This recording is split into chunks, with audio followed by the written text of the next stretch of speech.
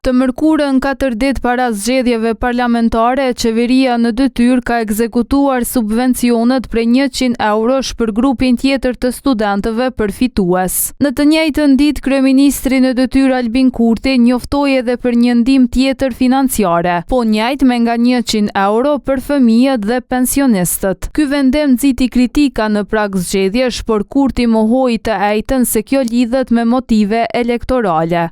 A kanë qenë ato shtesa dhe vitin e kaluar? A kanë qenë edhe para vitit kaluar?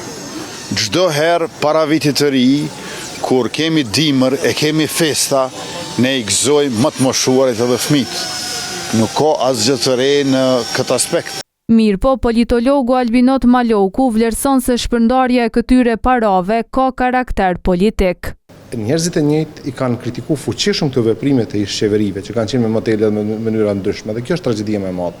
Në anën tjetër, a ka ambicie dhe shpresë që me këto veprime mund të ndihmoj veten në zgjedhjet e 27 dhjetorit? Ashtu shpresojnë. Sa janë ndikueshme këto masa, kemi pasur eksperjenca tjera, nuk është se kanë ndikuar shumë.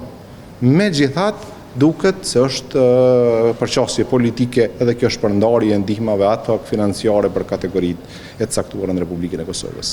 Ndërkaq analisti Jeton Kelmendi e cilëson këtë si blerje të votave.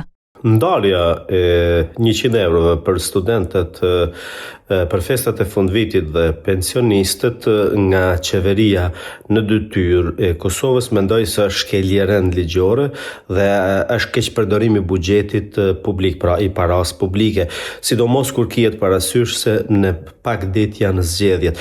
Pra thjesht në këto kushte prokuroria e shtetit duhet ta bëjë detyrën e vet, sepse një keq përdorim kaq ordiner që ndodh në kohë zgjedhjesh jashtë planifikimit, jashtë mandatit të kësaj qeverie, nuk ka tjetër gjë pos problemi i drejtësisë dhe keq përdorimi i paras publike.